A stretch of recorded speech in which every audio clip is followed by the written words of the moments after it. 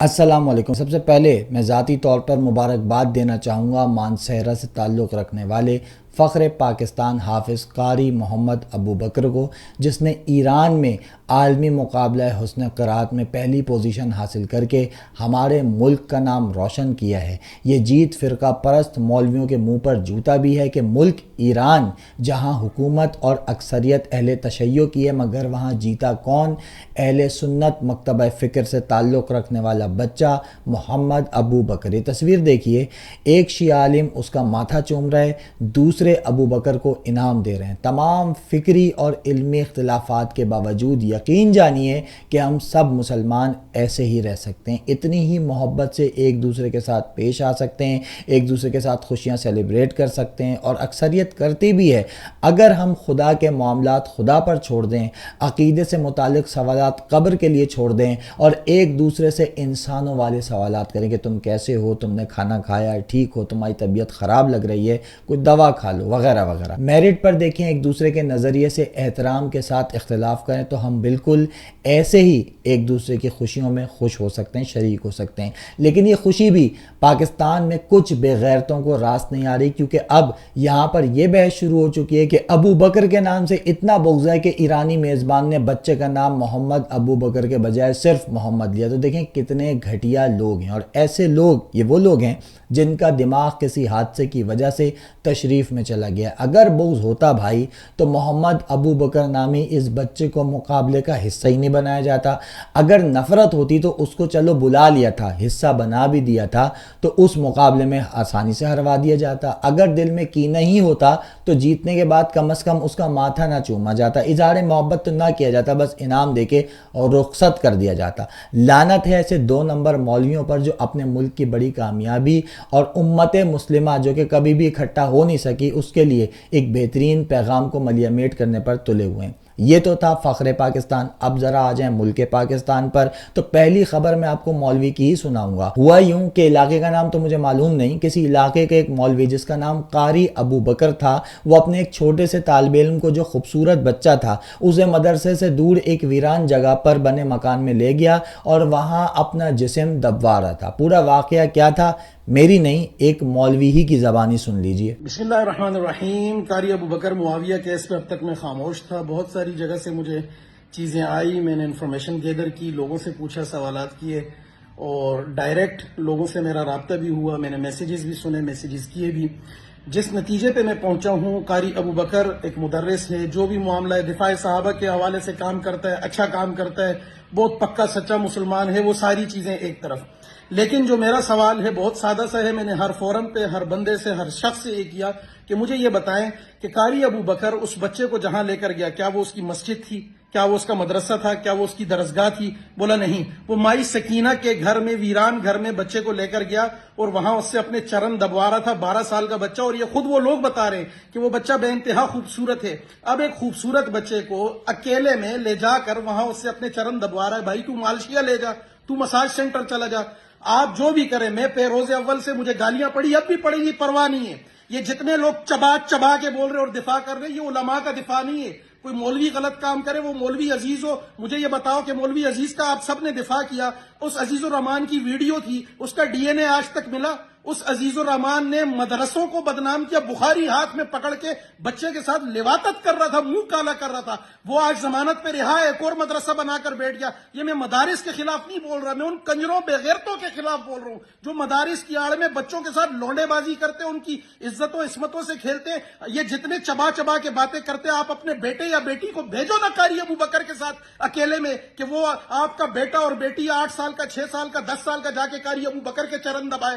جب آپ اپنے بچے کے لیے گوارا نہیں کرتے، کسی کے بچے کے لیے کیسے کہ جی بدفعلی نہیں ہوئی، وہ تو صرف دبا رہا تھا؟ کیوں دبا رہا تھا؟ اس دبانے پہ بھی اس کو سزا دی جائے۔ پولیس سے میں کہوں گا انکوائری کرو، شفاف انکوائری کرو۔ اگر پولیس نے غلط کیس لانچ کیا تو پولیس کو ٹانگو، اور اگر پولیس نے دباؤ میں کیا تو پھر بھی اس معاملے کی پوری انکوائری ہونی چاہیے۔ ریاست موجود ہے، ادارے موجود ہیں، عدالتیں موجود ہیں۔ ظلم ہوا ہے، اگر قاری ابو بکر کے ساتھ ظلم ہوا ہے تو الزام لگانے والوں کو الٹا لٹکا دو، پھانسی پہ لٹکا دو۔ لیکن اگر وہ اس بچے کو لے کر گیا، ایک وہ قاری شمس الدین تھا، اس نے مانسہرہ میں بچے کے ساتھ زیادتی کی، خود میں اس بچے سے جا کر ملا، اس کی آنکھوں سے بلیڈنگ ہو رہی ہے، اور ان لوگوں نے کہا نہیں جی وہ سازش ہے، یہودی سازش ہے۔ کیا یہودی سازش ہے یار؟ اس نے بچے کی گانڈ مار دی. تم کہتے ہو یہودی سازش ہے.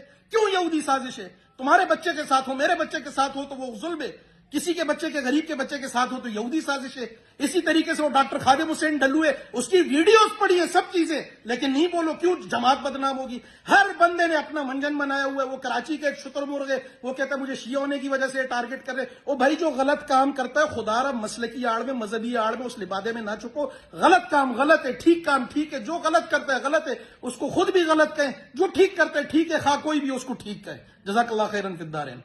بچوں کے ساتھ زیادتی کرنے والے مولوی پاکستان میں ضمانت پر رہا ہو کر نئے مدرسے کھول رہے ہیں. اب ان مدرسوں میں کیا تعلیم دی جا رہی ہوگی آپ خود سوچ سکتے ہیں. اور کچھ مولوی بچوں کے ساتھ زیادتی کرنے کی کوشش کرنے والوں کا دفاع کر رہے ہیں. یہ جو قاری ابو بکر ہے, اس کے دفاع میں پاکستان کا وہ مولوی کھڑا ہوا جو اکثر ٹی وی چینلز پر اسلام کا درس دیتا ہوا نظر آتا ہے. دیکھیے, علامہ ابتسام الہی ظہیر صاحب پہنچے اس ملا کے دفاع میں جو کسی بچے کو مدرسے سے دور ایک ویرانے میں لے جا کر اپنا جسم دبا رہا تھا. مجھے بتاؤ, کیا یہ اسلام ہے؟ یہ کون سا سبق ہے جو ایک مولوی ویرانے میں لے جا کر بچے کو پڑھا رہا تھا؟ ہونا تو یہ چاہیے تھا کہ ابتسام الہی صاحب ایسے ملا سے اظہار لا تعلقی کرتے, اس کو سزا دلواتے, کہتے کہ اس نے گھٹیا حرکت کی. کیونکہ کوئی طریقہ نہیں ہوتا کہ آپ اپنے اسٹوڈنٹ کو, جو کہ بچہ ہے 8-10 سال کا, اس کو اٹھا کے ایک ویران کمرے میں لے جاؤ اور وہاں اپنا جسم دباؤ. لیکن کیونکہ مولوی ان کے فرقے کا تھا, اس لیے ابتسام الہی صاحب پہنچ گئے دفاع کرنے. اور ایسے مولوی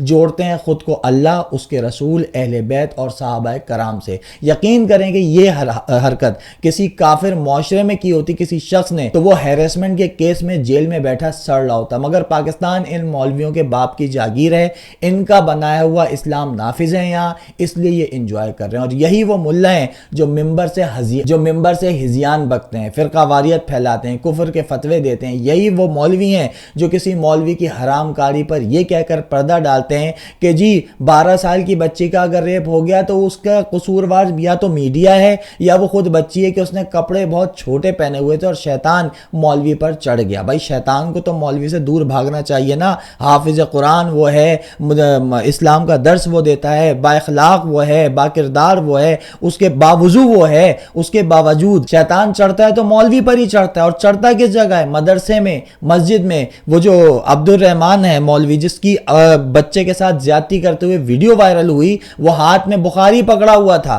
اتنے تو یہ لوگ کم ظرف, اتنے زیادہ گھٹیا, اتنے زیادہ بد کردار ہیں. اور ان مولویوں نے یرغمال بنایا ہوا ہے اسلام کو. ان کی سب سے بڑی مثال, اب میں سوچتا ہوں کہ وہ کون سے علماء کرام ہوں گے جنہوں نے فضل الرحمان کے ہاتھ پر 5 لاکھ علماء کرام نے بیعت کی ہوگی. اب ان مولویوں کی حرکتیں دیکھیں تو آپ کو اس کا جواب آسانی سے مل جائے گا. تو بھائیوں, اللہ کا اسلام اور ہے, ملا کا اسلام اور. بہرحال اب آ جاتے ہیں سیاست پر. تو سب سے پہلی خبر جو سیاست سے ریلیونٹ ہے وہ آپ کو بتاؤں کہ اس وقت پاکستان میں 24 کروڑ سے زائد آبادی ہے, جس میں 4 کروڑ بھکاری موجود ہیں. جی ہاں, اب اتنے زیادہ بھکاری کیسے ہو گئے؟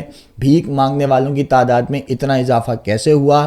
اس کی وجہ میں آپ کو بتا نہیں رہا, آپ دیکھ لیں. Beggars can't be choosers.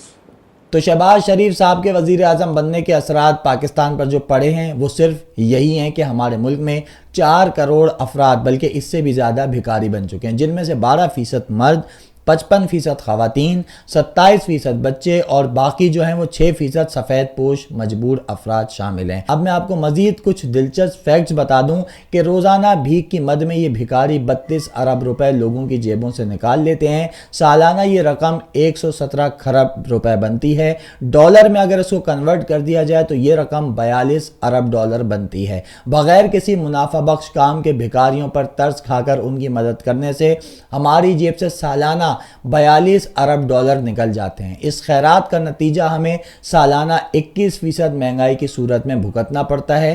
اس کے بعد آخری جو بات ہے اور سب سے کام کی ہے وہ یہ کہ اگر ملک کی ترقی کے لیے ان 4 کروڑ سے زائد بھکاریوں سے معمولی کام بھی لیا جائے نا, تو اس کام سے حاصل ہونے والی آمدنی 38 ارب ڈالر متوقع ہے, جو چند برسوں میں ہی ہمارے ملک کو مکمل اپنے پیروں پر نہ صرف کھڑا کر سکتی ہے بلکہ موجودہ بھکاریوں کے لیے باعزت روزگار بھی مہیا کر سکتی ہے. لیکن ایسا ہو نہیں سکتا کیونکہ باعزت کام کرتے ہیں باعزت لوگ, اور جب ملک چلانے والے ہی ذلت کی معراج پر فائز ہوں تو پھر ایسے ملک میں کوئی باعزت کام ہو ہی نہیں سکتا۔ مثال کے طور پر ابھی جو صدارتی ایوارڈز کے ساتھ زیادتی کی گئی ہے، بے عزتی کی گئی ہے ان کی، وہ سب نہیں دیکھا ہے؟ کتنے ہی منافقوں، جھوٹوں، ٹٹوؤں کو وہ ایوارڈز دے دیے گئے، اچھے لوگوں کو بھی دیے گئے، لیکن اچھے لوگوں کی آڑ میں اپنے ٹٹوؤں کو بھی دیے گئے۔ ایک صحافی وقار ستی، جس کو صحافت میں بھی نہیں جانتا اور پورا پاکستان بھی نہیں جانتا، اس نے کبھی صحافت میں کوئی بہترین کارنامہ انجام بھی نہیں دیا سوائے عمران خان کے عقیدے کو نشانہ بنانے کے۔ اس کو ایوارڈ ملا۔ غریدہ فاروقی، جس کی پوری صحافت ہی ختم شد ہو گئی عمران خان کو ختم شد لکھتے لکھتے،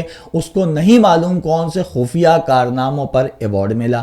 آئی جی پنجاب سانحہ 9 مئی کا سب سے بڑا ذمہ دار، کہ جس وقت عمران خان کو کمرہ عدالت توڑ کر گرفتار کیا گیا تو پورے پنجاب کی پولیس ہی غائب ہو گئی، لیکن اس آئی جی پنجاب سے کوئی سوال نہ کیا گیا، بلکہ اسے صدارتی ایوارڈ سے نواز دیا گیا۔ اس کے بعد جو ضلالت پاکستان کے قومی اثاثوں کے ساتھ ہونے جا رہی ہے، اس کی ایک مثال آپ دیکھ لیں کہ لاہور کا جو والٹن ایئرپورٹ ہے، اس کی مالیت 350 ارب روپے بتائی جاتی ہے اور وہ بیچ دیا گیا ہے 50 ارب روپے میں۔ خواجہ آصف جب پچھلی حکومت میں تھا تب بھی وہی بات کر رہا تھا جو آج کہہ رہا ہے کہ پاکستان دیوالیہ ہو چکا ہے، ہمارے پاس عوام کو ریلیف کے نام پر دینے کے لیے کچھ نہیں ہے۔ اور اسی کے ساتھ ساتھ بطور صدر تنخواہ نہ لینے والے آصف زرداری صاحب نے مبینہ طور پر اپنے 2 محلات نوڈیرو ہاؤس اور ریسٹ ہاؤس لاڑکانہ کو صدارتی کیمپ آفس ڈکلیئر کروا لیا، جس کا مطلب ہے کہ ان کے دونوں محلات کا کرایہ، بل، ملازمین کی تنخواہیں، مہمانوں کی خاطر تواضع، سیکیورٹی اور تعمیر و مرمت سرکاری خزانے سے ہوگی۔ اس سے پہلے پاپا کی گڑیا مریم نواز شریف صدر رحمان صاحبہ نے صرف 3 کروڑ کے اپنی مرسیڈیز کے ٹائر بدلوائے تھے۔ ہیلی کاپٹر میں سفر الگ سے، پروٹوکول اور دوسری عیاشیوں کا تو خیر کوئی ذکر ہی نہیں، نہ کرنے کی کسی میں جرت ہے۔ اور ہاں، عید سے پہلے جو عوام کو تحفہ دیا گیا وہ بھی ذرا پاپا کی پری کی زبانی ہی سن لیں۔ عید کی آمد ہے، صرف آج پیٹرول کی قیمت تاریخ کی 73 سال کی بلند ترین سطح پہ 118 روپے فی لیٹر۔ اب مجھے یہ بتاؤ کہ جو لوگ اپنے موٹر سائیکلز میں، اپنی گاڑیوں میں، اپنی سواری میں پیٹرول ڈلوائیں یا اپنے بچوں کے لیے روٹی لیں، تو دوائی کے لیے پیسے نہیں بچتے، دوائی لے تو بچوں کی فیسوں کے لیے پیسے نہیں بچتے۔ اور دیکھو، اب عید کی آمد ہے، آٹا بھی مہنگا، بجلی بھی مہنگی، گیس بھی مہنگی، تیل بھی مہنگا، پیٹرول بھی مہنگا، چینی بھی مہنگی۔ تو پیٹرول واپس 300 تک پہنچ چکا ہے، بجلی گیس کی قیمتیں مزید بڑھیں گی، جون جولائی میں ڈالر کی قیمت میں بھی اضافہ ہوگا، اور پھر مہنگائی کا جو طوفان آئے گا اس میں پسے گا ہم جیسا مڈل کلاس اور غریب آدمی۔ اور یہ سلسلہ قیام پاکستان کے کچھ عرصے بعد سے اسی طرح جاری ہے۔ تو یہ ہے اس معاشرے کا حال جس معاشرے میں پتھر اٹھاؤ تو مولوی نکلتا ہے، جس معاشرے میں ہر دوسرے دن کوئی نہ کوئی اسلامی کانفرنس ہوتی ہے، جس معاشرے کے حکمران خود کو عوامی اور جمہوری کہتے ہیں، اور جس معاشرے کے لوگ خود کو عاشق رسول صلی اللہ علیہ وآلہ وسلم، عاشق اہل بیت علیہ السلام اور عاشق صحابہ کہتے ہیں۔ انا للہ و انا الیہ راجعون۔ اب تک کے لیے اتنا ہی، اگلی ویڈیو تک مجھے اجازت دیجیے، اللہ حافظ۔